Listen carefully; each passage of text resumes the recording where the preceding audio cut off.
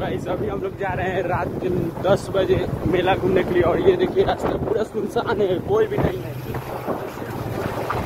और सिर्फ हम लोग हैं। दोनों काम तो आते जाते रहते हैं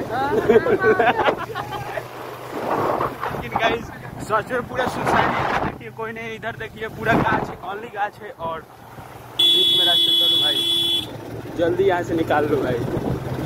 गाइस इधर एक बहुत ही अच्छा पंडाल बना है, इसलिए हम लोग देखने के लिए जा रहे हैं। और देखिए रास्ता में कोई नहीं है, सिर्फ हम लोग हैं। और भाई वो कौन है भाई?